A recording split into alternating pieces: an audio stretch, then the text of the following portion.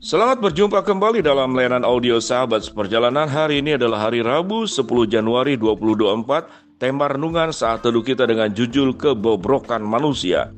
Firman Tuhan terambil dalam Mazmur 53 ayat yang ketiga sampai dengan keempat.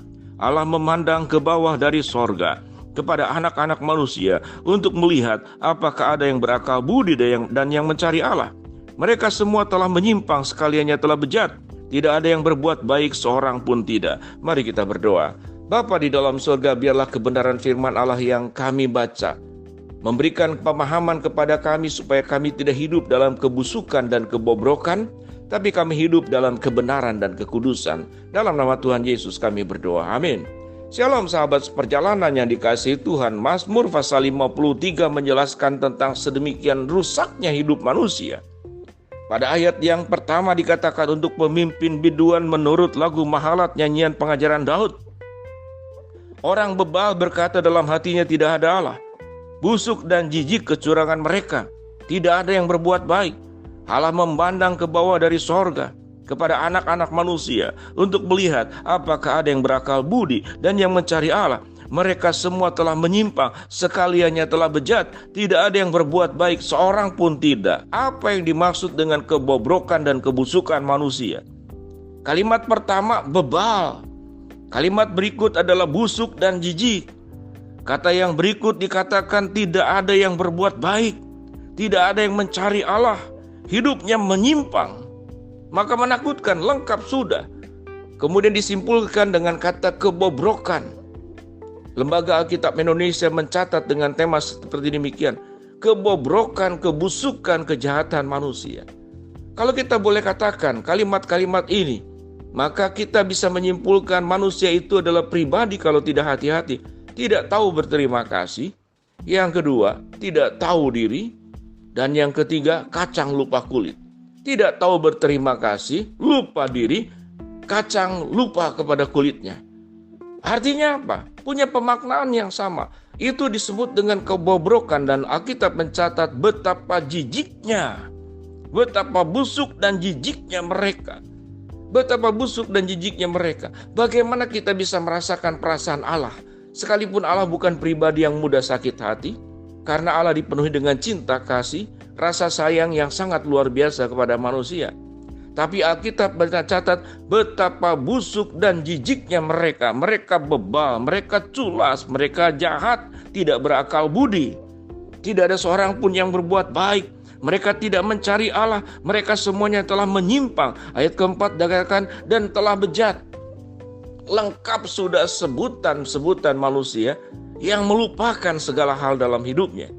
Yaitu tidak tahu berterima kasih, lupa diri, dan kacang lupa kepada kulitnya.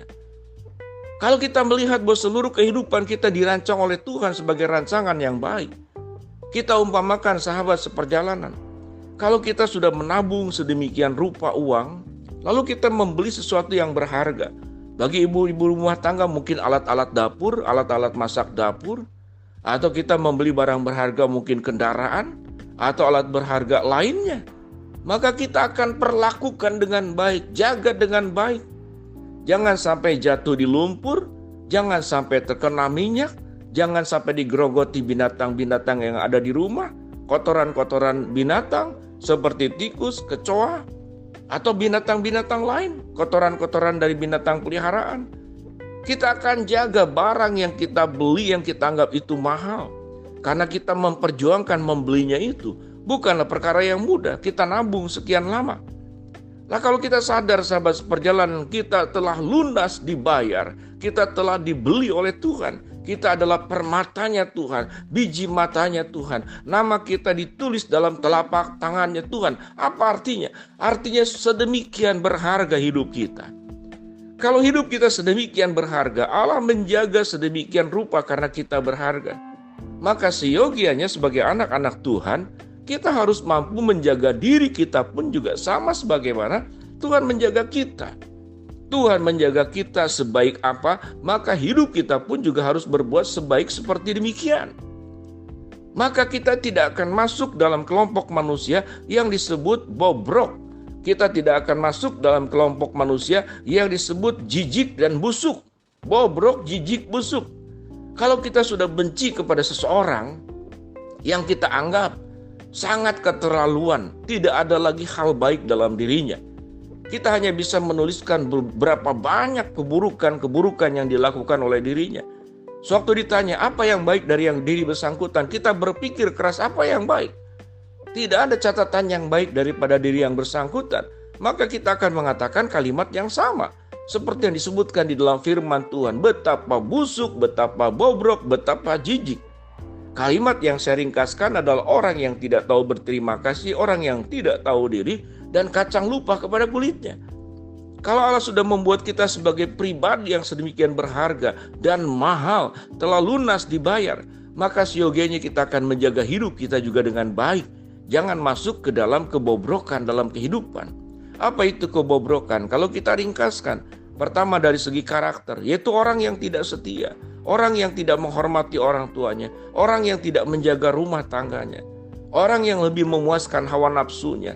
Pekerjaannya adalah berjudi, melukai orang lain, berkata-kata kasar, berkhianat, tidak setia, tidak bertanggung jawab, malas, jahat mulutnya, jahat perbuatannya.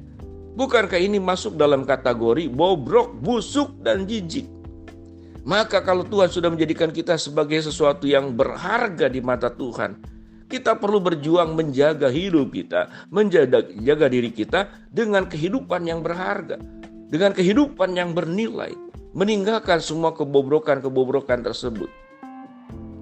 Kalau di belakang kita orang lebih menilai kita sebagai orang yang busuk, orang yang jijik, orang yang tidak tahu berterima kasih, orang yang tidak tahu diri, kacang yang lupa kulitnya, maka sioginya kita kalau sadar hal itu maka berubahlah.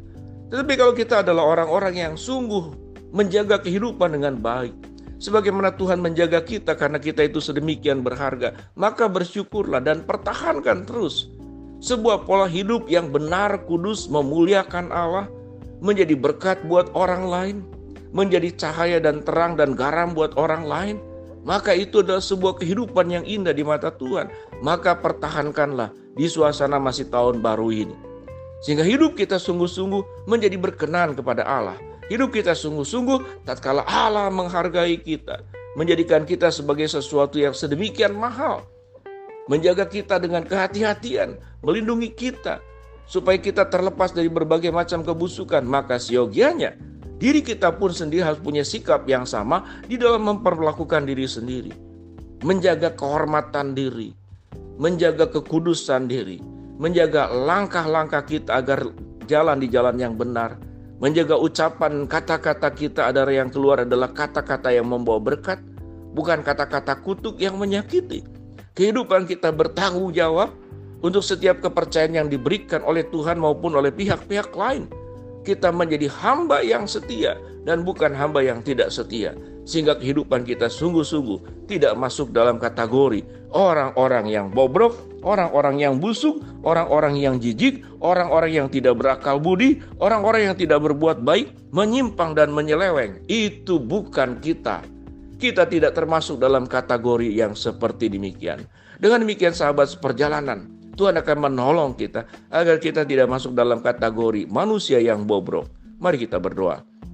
Bapa dalam surga, terima kasih buat kebenaran firman Allah yang kami pelajari hari ini. Hamba-Mu berdoa buat yang sakit Tuhan yang sembuhkan, yang sedang menghadapi masalah Tuhan bukakan jalan, yang sedang berdoa mengharapkan sesuatu, Tuhan kabulkan dengan cara dan waktunya Tuhan. Dalam nama Tuhan Yesus kami berdoa. Amin.